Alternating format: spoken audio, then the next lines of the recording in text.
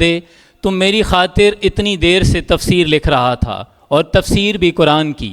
لیکن آج جو تم نے میری ایک مخلوق کی خاطر چند لمحے کے لیے توقف کیا اور اس نے اپنی پیاس بجھا لی، تمہاری وہ ساری ریاستیں، تمام راتوں کی عبادات ایک طرف، اور تم نے جو ایک لمحے وہ توقف کیا، ایک سیاہی کا قطرہ جذبہ اثار کے ساتھ قربان کیا، تمہارا وہ مقبول ہوا۔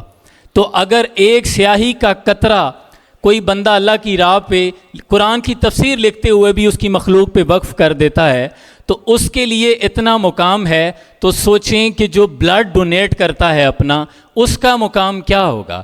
یہ ہماری سوچ سے بھی بڑا کام ہے، اور دور حاضر میں اس پرفتن دور میں جہاں ہر کوئی شخص اپنی زندگی، اپنے معاملات، اپنا گھر گاڑی، ان چیزوں کے لیے فکر مند ہے، ایسے میں یہ کام کرنا یہ بہت بڑا اللہ کی طرف سے احسان اور فضل ہے۔